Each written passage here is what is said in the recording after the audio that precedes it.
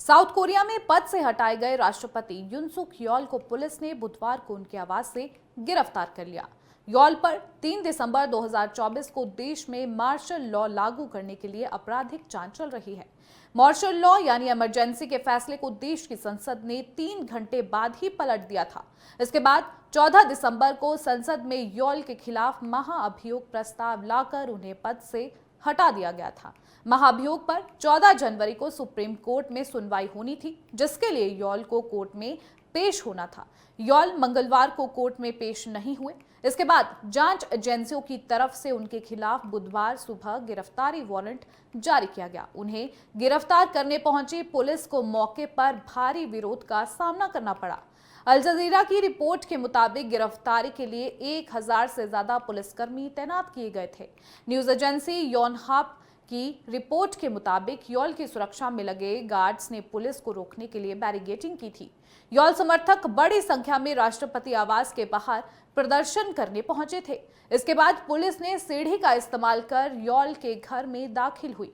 Court में पेश नहीं होने की वजह से मंगलवार से ही यॉल की गिरफ्तारी की आशंका जताई जा रही थी। रात से ही यॉल समर्थक प्रदर्शनकारी उनके घर के बाहर इकट्ठा होना शुरू हो गए थे। पुलिस को सत्ताधारी पार्टी के सांसदों और यॉल के वकीलों ने भी रोकने की काफी कोशिश की थी। इससे पहले 3 जनवरी को पुलिस ने भ्रष्टाचार से जुड़े मामलों में गिरफ्तार करने की कोशिश की थी। हालांकि तब पुलिस को राष्ट्रपति के 200 गार्ड्स ने गेट पर ही रोक दिया था। यॉल के घर के बाहर हजारों की संख्या में प्रदर्शनकारी पहुंचे थे। करीब 6 घंटे तक चले हंगामे के बाद पुलिस को खाली हाथ ही वापस लौटना पड़ा था। यॉल की गिरफ्तारी के बाद उनसे पूछताछ के लिए जांच एजेंसियों के पास 48 घंटे का समय है। इसके बाद औपचारिक तरीके से उनकी गिरफ्तारी के लिए कोर्ट से वारंट लेना होगा। यॉल के सलाहकार सीयोग डोंग हियोन ने गिरफ्तारी से पहले कहा था कि यून सुक यॉल पूछताछ के लिए तैयार हैं, बशर्ते उन्हें गिरफ्तार करने आए अधिकारी वापस लौट जाए। दूसरी तरफ यॉल के खिलाफ महाभियोग की वैधता और विद्रोह से जुड़े आरोपों की सुनवाई के लिए कोर्ट के पास 14 दिसंबर के बाद से 180 दिन का समय है।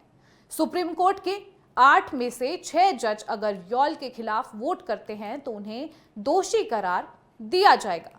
अगर इस दौरान यॉल को दोषी साबित नहीं किया जा सका या महाअभियोग अवैध घोषित हो जाता है तो यॉल एक बार फिर साउथ कोरिया के राष्ट्रपति बन जाएंगे। अब सवाल यह है कि आखिर राष्ट्रपति यॉल को इमरजेंसी लाने की जरूरत क्यों पड़ी थी।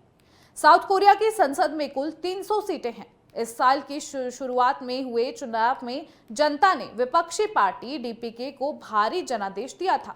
सत्ताधारी पीपल्स पावर को सिर्फ 108 सीटें मिली, जबकि विपक्षी पार्टी डीपीके को 170 सीटें मिली। बहुमत में होने की वजह से विपक्षी डीपीके राष्ट्रपति सरकार के कामकाज में ज्यादा दखल दे रही थी और वे अपने एजेंडे के मुताबिक काम नहीं कर पा रहे थे। राष्ट्रपति यॉल ने 2022 में मामूली अंतर से चुनाव जीता था। इसके बाद से उनकी लोकप्रियता घटती चली गई। उनकी पत्नी के कई विवादों में फंसने की वजह से भी उनकी इमेज पर काफी ज्यादा असर पड़ा था। फिलहाल राष्ट्रपति की लोकप्रियता 17% के करीब है, जो कि देश के तमाम राष्ट्रपतियों में सबसे कम है। इन सबसे निपटने के लिए राष्ट्रपति ने मार्शल लॉ लगा दिया। उन्होंने डीपीके पर और साथ सहानुभूति रखने और राष्ट्र विरोधी गतिविधियों में शामिल होने का आरोप लगाया। अब ग्राफिक के जरिए नजर डालेंगे कि आखिर ये पूरा विवाद कब और कैसे शुरू हुआ। आपको बता दें 3 दिसंबर को राष्ट्रपति यून सुक यॉल ने मार्शल लॉ लगाया था। 5 दिसंबर को रक्षा मंत्री किम योंग ने पद से इस्तीफा दिया। वहीं 7 दिसंबर को राष्ट्रपति ने इमरजेंसी के लिए देश से माफी मांगी थी। वहीं 9 दिसंबर को राष्ट्रपति यॉल के देश छोड़ने पर प्रतिबंध लग गया था। वहीं 14 दिसंबर की अगर बात करें तो इस दिन राष्ट्रपति यॉल के खिलाफ महाभियोग सफल रहा। वहीं 14 दिसंबर के ही दिन हान डक को कार्यवाहक राष्ट्रपति बनाया गया। 27 दिसंबर को हान डक के खिलाफ महाअभियोग सफल रहा। वहीं 27 दिसंबर को चोई सांग मोक को कार्यवाहक राष्ट्रपति बनाया गया।